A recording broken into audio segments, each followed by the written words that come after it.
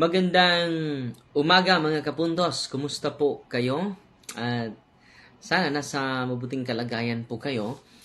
At meron akong i-share sa inyo ngayon na araw. Araw na Biyernes po kayo. First Friday. At sana naka-attend tayo ng Holy Hour. No? And makatulong natin yan na hindi tayo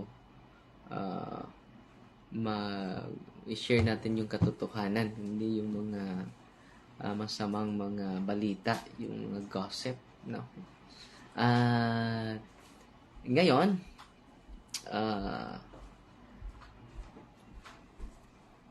nagsimula na pala yung construction sa dahan-dahan, yung permanent office natin. No, dahan-dahan po. Dahil ang Diyos lang po bahala dyan, no? Sa permanent office at magtayo tayo ng chapel, mga deliverance rooms para sa mga exorcist na bibisita at mag-duty doon. At magtayo din tayo ng dormitory para sa mga walang matulugan, no? Yan ang project natin sa permanent sa St. Michael. Healing, Deliverance and Exorcism Ministry po. Pinopost natin yung pictures na nagsimula na. At salamat pala sa mga tulong at transparent po tayo at inyong meron talagang committee na naghawak niyan, hindi ako. Lalo sa financial transaction po. At pasalamat tayo at Sheila Taghap at si Kuya Lorito Ardon na laging nasa likod at sa mga tumutulong din. Alam naman ng Diyos kung sino kayo. Salamat. Ang Diyos po ay nagagalak dahil yung office niya ay may permanent office na. Yun na, no? So, ngayon, ang isi-share ko sa inyo, dahil natutulog pa ang mga little popes, no? Focus lang tayo sa exorcism and healing and exorcism. Kahapon may from Cebu na yung kanyang karamdaman pala dito sa likod for 10 years. Just imagine, for 10 years. At nung in-examine namin, nung una niyang pagpunta at pagkakilala namin nung una, bago po ito mga bagong cases po itong sinishare ko ngayon. Siya po ay may sakit dito 10 years at yung sakit ng kanyang asawa dito sa balikat, nung dinilibrance na yung kanyang asawa, deliverance ng mister yung asawa niya, biglang sumakit. Nag-transfer yung sakit dito sa balikat niya. So nawala yung sakit sa mister niya, pero pumupunta naman yung sakit sa kanyang asawa. At ang in-interview natin, yung lula pala niya, ay yung mama niya. Yung mama niya ay mangkukulam. No, may occult involvement, hindi basta-basta. Kaya, grabe yung pagkagalit niya, doble yung pagkagalit niya, hindi na normal, no? Ang kanyang attitude, ang kanyang behavior, hindi talaga normal. Normal naman magagalit tayo, pero hindi normal na extreme na yung galit niya, extreme na yung hatred niya. Pati si Kristo nagagalit niya Hindi naman masama magalit, no? Huwag ka lang magmura. Huwag ka lang mag-curse, no? So, express lang yung galit mo sa iyong asawa, sa iyong kaibigan, nagalit ako sa iyo. Period. Huwag ka nang nagsalita ng kahit na ano. Okay? At ang nangyari, yan ang nangyari sa kanya. Puno ng galit. Hindi na niya mapigilan yung sarili niya. At masakit pa yung likod niya for 10 years. Alam nyo, nung una nating diniliverance ang kapatid natin, nagwala. No? Sumigaw ng malakas. No? Just imagine, before deliverance, makausap mo pa na during deliverance, nawala na sa kanyang sarili. Nawala na talaga sa kanyang sarili. Nawala na talaga. Kahapon po ito, kagabi na series natin ito. Pero bago itong pasyente. At ang milagro mga kapatid, after deliverance mga kapatid, yung 10 years niya na sakit sa likod, no, hanggang ngayon nawala talaga dahil mga last month po siya, nung pumupunta kami sa Bantayan, doon kami nagkakilala. Dan Bantayan Island, anong buwan yon? Pero ngayon bumabalik daw, no, yung harassment niya. So nag-react pa rin. So sinolim ko kahapon, solim exorcism.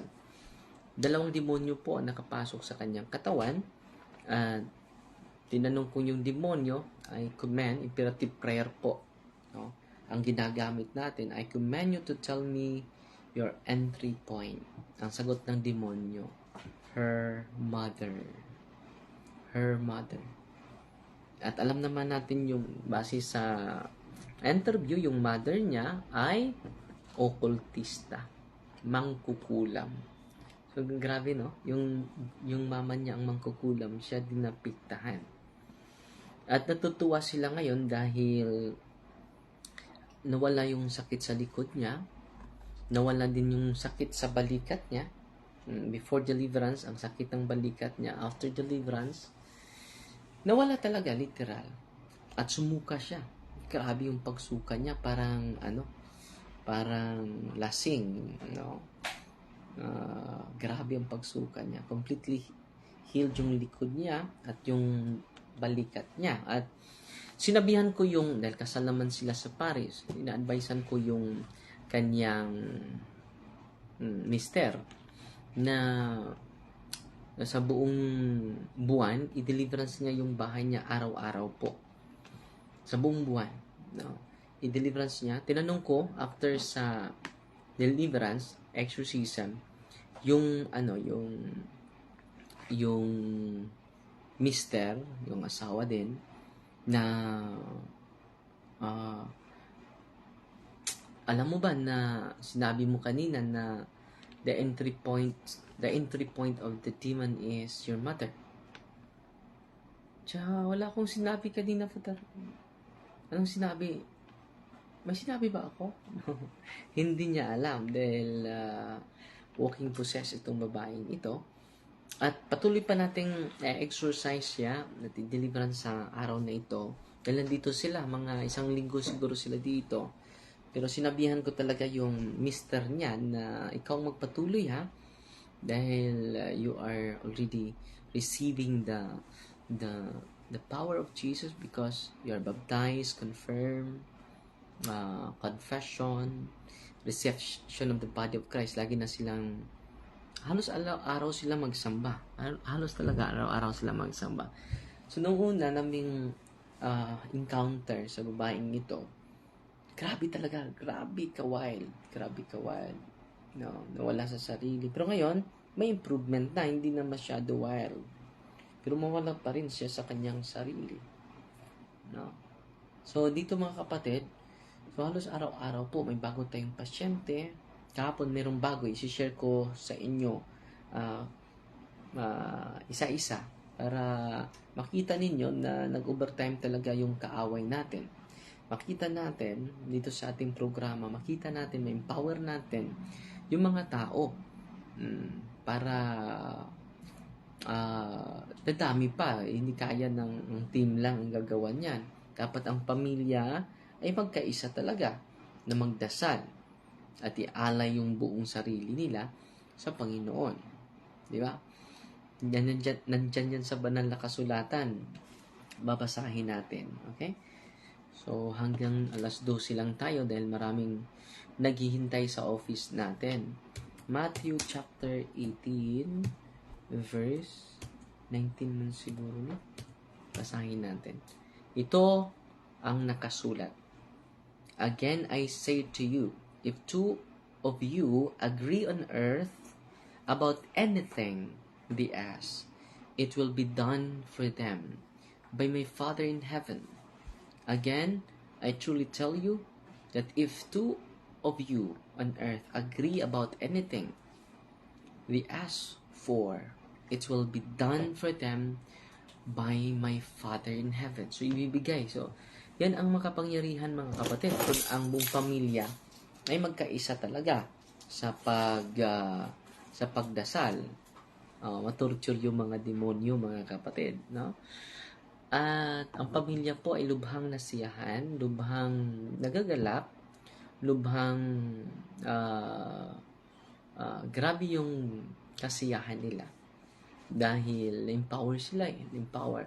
So, ang protection niyo, yung prayer sa simbahan, yung sacrament ng simbahan, at sinasabi ko huwag kayong matakot dahil sinishare na namin sa inyo yung prayer ng simbahan.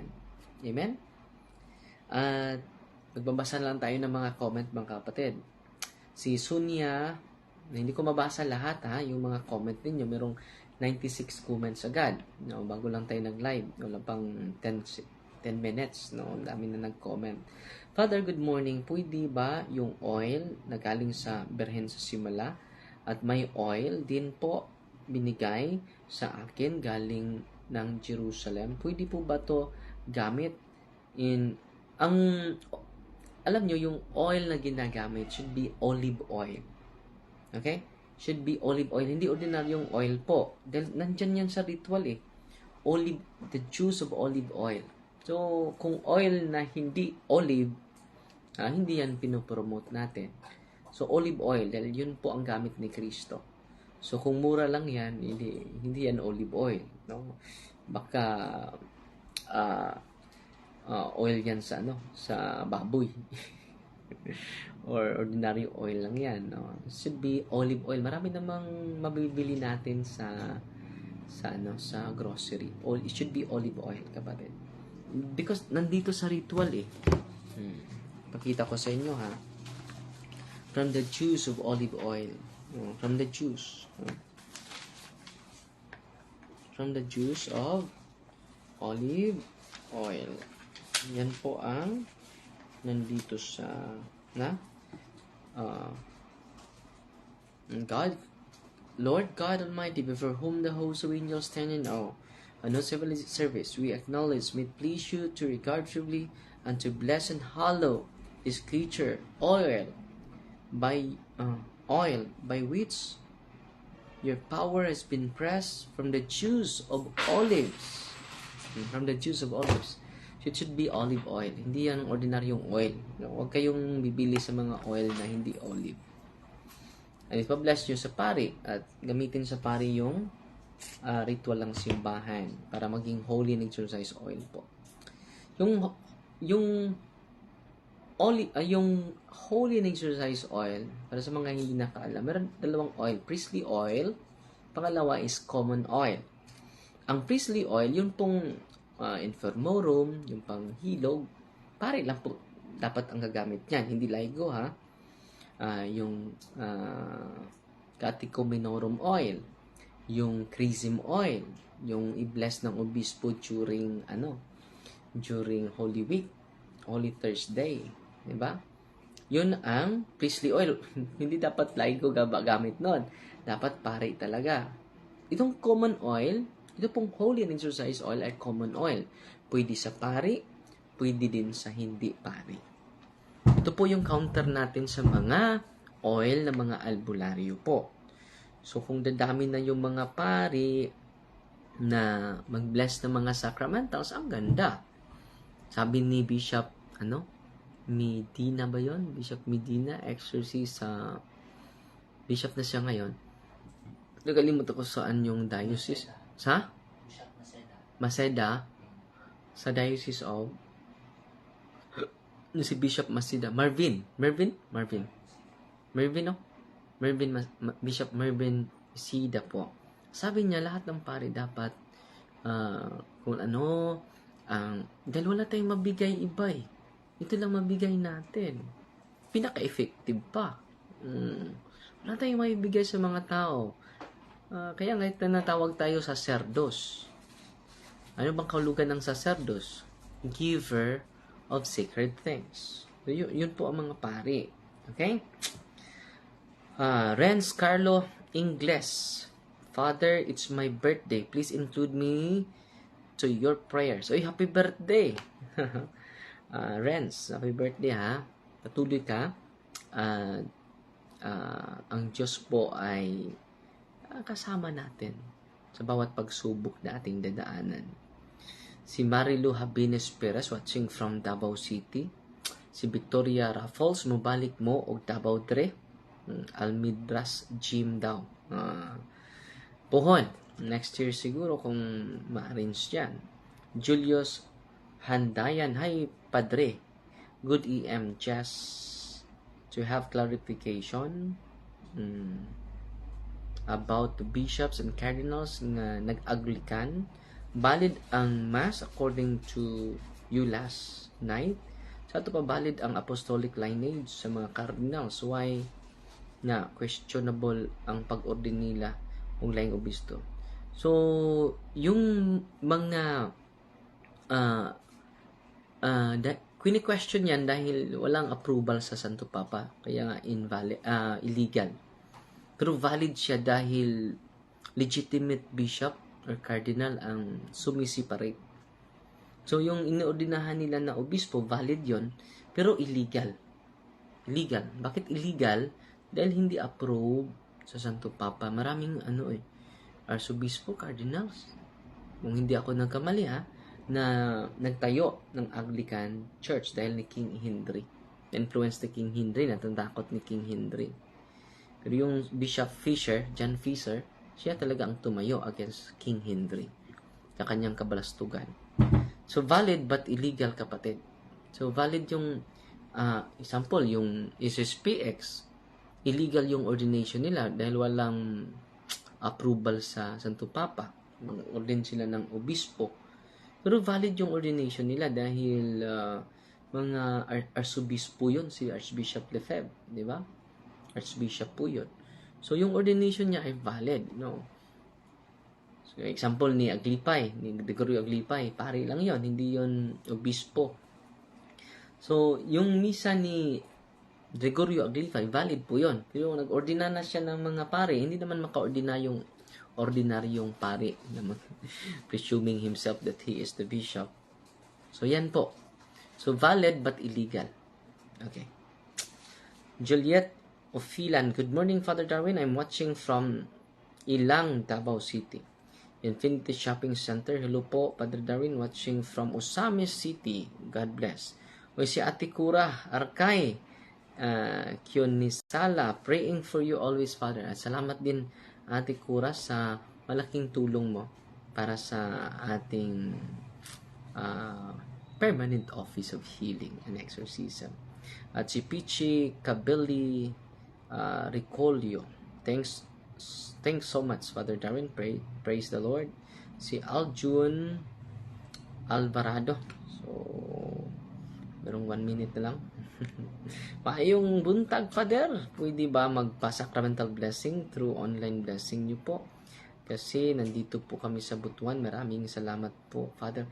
Lapit kayo sa pari ninyo. Lapit kayo sa pari ninyo. Gamitin nyo po ito. May sacramental blessings. Hindi kailangan ako. Pero kung wala kayong malapitan po, may online blessing po tayo. Every Sunday po yan, 8 to 10 p.m. sa Punto por Punto YouTube channel. Last resort na po yan. Kung ang parin ninyo hindi mag-bless, merong online blessing. Pero hindi yan rason na hindi na kayo lalapit sa parin ninyo. All priests can bless sacramentals. Padre, pwede ba magpadiliban sa balay? Wala pa'y kumpisal ang Father. Dapat magkumpisal Diyod. Dapat mag-renounce Diyod. Yung power natin to cast out the unclean spirit in our house, not from us, but from the sacrament. Because it gives us grace. And the grace of God can cast out the unclean spirit, not your life can cast out the unclean spirit. Net Santos, Padre, pwede ba Jasmine Saldarega, good morning, Father, watching from si Mark Anthony Dawi sa Cagayan de Oro, Metropolitan Cathedral. Okay? So, maraming salamat po. Live lang tayo ng kaunting oras para ma-empower natin yung maraming mga tao, at salamat po sa mga nagpadala ng mga stars, at salamat din sa mga suporta sa mga kapatid natin na walang humpay na sumusuporta sa ating evangelization at sa ating mga market preachers. At congratulations, Brother Domingo Sinon, na nanalo na multicab, no? Ating kapatid na nasira yung sapatos niya. Nasira yung sapatos niya dahil katekista siya, CFD din, no? Grabe yung yung sipag niya. Binigyan siya ng multicab sa Panginoon. No? Congratulations po. Magagamit na din yan sa evangelization natin. At mag-practice ka ng magmaneho ng 4 wheels, no? Dahil motor lang yung niya nagamit, no? Grabe talaga ang Diyos, no? Kapag ibibigay mo yung sarili mo, ang Diyos din ay mag-provide sa iyo ng sasakyan, no? Si Brother Domingo Sinon, very ordinary, saludong-saludo ako. Maraming anak pero sipag sa pag-alay sa sarili. At sports and evangelization natin this coming March 16 ba yun? October 16 ba yun? 14? October 14 sa Kotkutan. Tawog, tatlong baboy po katayin natin, no? So, salamat sa mga nagpadala ng suporta. So, may tumatawag.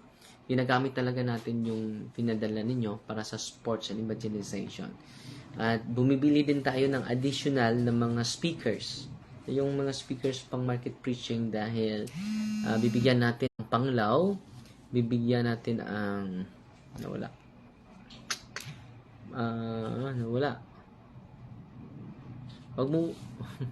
Wag mo na kayong tumawag mga kapatid dahil nag-live po tayo. Wala yung live ko. Bumalik na naman.